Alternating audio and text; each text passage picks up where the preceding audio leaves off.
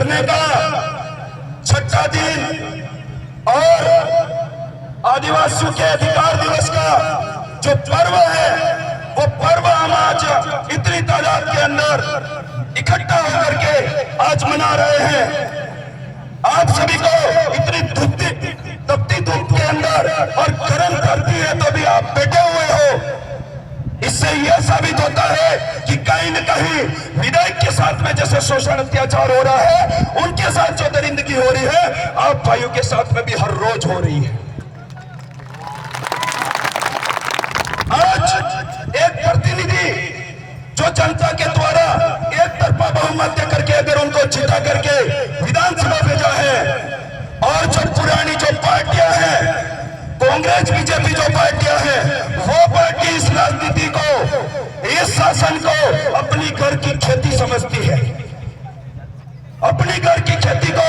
समझने के बाद हम लोग जो युवा बोल करके इनके बीच में जनता के माध्यम से चुन करके विधायक, एमएलए, एमपी बन रहे हैं, तो इनको हजम नहीं हो रहा है। उन लोगों में कहना चाहता हूं, यह खेती आपकी 5 साल की हो सकती है, यह खेती आपकी 5 साल की हो सकती है, पर जिस तरीके से बीजेपी और कांग्रेस के अंदर वंशवाद और परिवारवाद चल रहा है, संभल जाना, सजग हो जाना, ये जनता जागरूक हो चुकी है। अगर इसी घमंड में रहोगे तो जिस तरीके से डोंगर पर बांसवाड़ा के अंदर उखाड़ करके फेंका है, उस तरीके में आपका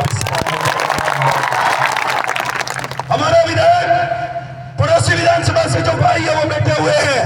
2 दिन लसाड़िया बैठे हैं,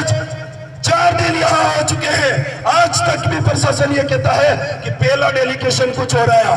मैं तो शासन प्रशासन से कहना चाहता हूँ, लाचार हो जाओ, परेशान हो जाओ, पर आज तो आपने ये दिखाया, हम तो किसी के चमचे बन करके इस कुर्सी पे बैठे हुए ये दिखा दिया आपने। आज एविडेंस पे एविडेंस 4 दिन हो गए हैं, मैं निरंतर, हमारी टीम इनके साथ में रेगुलर है, पर एविडेंस पे एविडेंस दे रहे हैं, फिर भी इनको ये हो रहा है और कुछ लेकर के आ जाओ। मैं तो कहना चाहता हूँ, 1 घंटे के लिए जो कुर्सी है, हमारे भी ऐसे लोग हैं, उनको तो 1 घंटे के अंदर आप लोगों को सबूत पे सबूत चाहिए, और सबूत तो हमसे ऐसे मांग रहे हैं जैसे अगर साबित हो गया तो उसको ला करके यही फांसी चढ़ा देंगे, वैसे सबूत मांग रहे हैं। हद हो गई है। इस तरीके से जो चीजें करी जा रही है, मैं तमाम भाइयों से कहना चाहता हूं, यहां पधारे हुए SC ST OBC minority general शोषित पीड़ित वंचित जो लोग हैं, वो भारत आदिवासी पार्टी से जुड़ी है, क्योंकि भारत आदिवासी पार्टी इस क्षेत्र के अंदर इतनी तेजी से रफ्तार से बढ़ने का एक ही वजह है, कांग्रेस बीजेपी के नेता एससी में बैठ करके 5 लोगों के आला कमान के द्वारा कहते थे कि फलाना मेरा एक कार्यकर्ता है, उसके घर पे ले जाकर के हेडपंप लगा देना, फलाना मेरा एक गांव है, जहां जाकर के CBHCC रोड बना देना। उसी उल्टी तरीके से भारत आदिवासी पार्टी ने निर्णय किया कि अगर जनता उस विधायक को जिता करके सदन में भेज रही है, सांसद जिता करके अगर सदन में भेज रही है, उसकी जिम्मेदारी बनती है हमारे बीच में आकर के बताएगा कि कहां तो हेडपंप लगाना और कहां CC रोड बनाना है, या तय हुआ। और भी बहुत सारे कारण है जिसकी वजह से, और आज आप देखते जाओ, 1 साल पूरा हुआ है कुछ समय पहले, भाई बता रहे थे, मैं तो ये कहना चाहता हूं, ये कहते हैं ना रगड़ा निकाल देंगे, अब की बार हमारा एक शब्द और है जो आप सभी जानते हैं, वाड़िया विसर्जन करने का रोग रेवाड़ो जो काढ़વાની જરૂર છે, और नौरता આવી રહ્યા વડા સમયમાં અનંત પંચાયતી રાજમાં રોગ રેવાડો। आप भाइयों को मेरी ओर से और जितने भी बाहर के मेहमान पधारे हैं, उन भाइयों को और उन सभी वरिष्ठ मेरे आदर्श मार्गदर्शकों को मैं इस मंच के माध्यम से आप सभी को धन्यवाद, आभार प्रकट करते हुए यही कहना चाहूंगा कि विधायक साहब, आप वहां पर बैठे हो, जारी रखना संघर्ष, अगर जरूरत पड़े तो इससे भी बड़ा झमेला खड़ा करना पड़े तो भी करने के लिए तैयार है। शासन प्रशासन को समझ में नहीं आ रहा है, पर समझा दिया जाएगा। उपचुनाव अभी आ रहे हैं, आपको भी हम बताएंगे। धन्यवाद, आभार, जोहार आप सभी को। आप सभी भाई, एक जो मीडिया के अंदर बात चल रही है, बहुत सारे लोग कह रहे हैं ये भीड़ है, ये पैसों से बुलाई गई भीड़ है,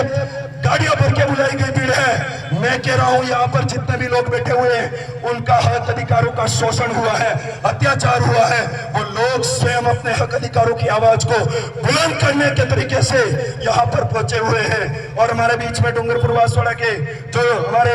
आदर्श मार्गदर्शक राजकुमार जी रोध हैं, इस धरती के अंदर, इस धरती के ऊपर जितनी हमारी कुलमताई है उनके माध्यम से हम कहना चाहते हैं, मेटकोट वालों के माध्यम से हम कहना चाहते हैं, भोपाल के माध्यम से आपको कहना चाहते हैं कि आपको ये कुलमताई जो हमारे आदिवासियों के थानक के अंदर आती है वो आपको इतनी शक्ति दे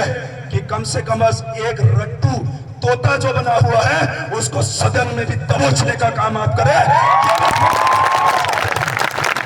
धरातल तो उसका उनका खिसक चुका है, ये निर्णय करेंगे तो भी उनको उपचुनाव पे प्रभाव पड़ रहा है और नहीं कर रहे हैं, उनकी उपचुनाव की सीट बचाने के लिए तैयार हो गए हैं। आप तमाम भाइयों से कहना चाहता हूं, ये बात तो करके ही रहना पड़ेगा। इसका जवाब हम तावरचंद जी के साथ जो अन्याय हुआ है, बागीदौरा के हमारे एमएलए जेकी भाई के साथ में जो अन्याय हुआ है उसका हम जवाब 84 उपचुनाव और समग्र उपचुनाव में इनको तय करके रहेंगे। ये बात मैं आपसे कहना चाहता हूँ। धन्यवाद। जय जोहार,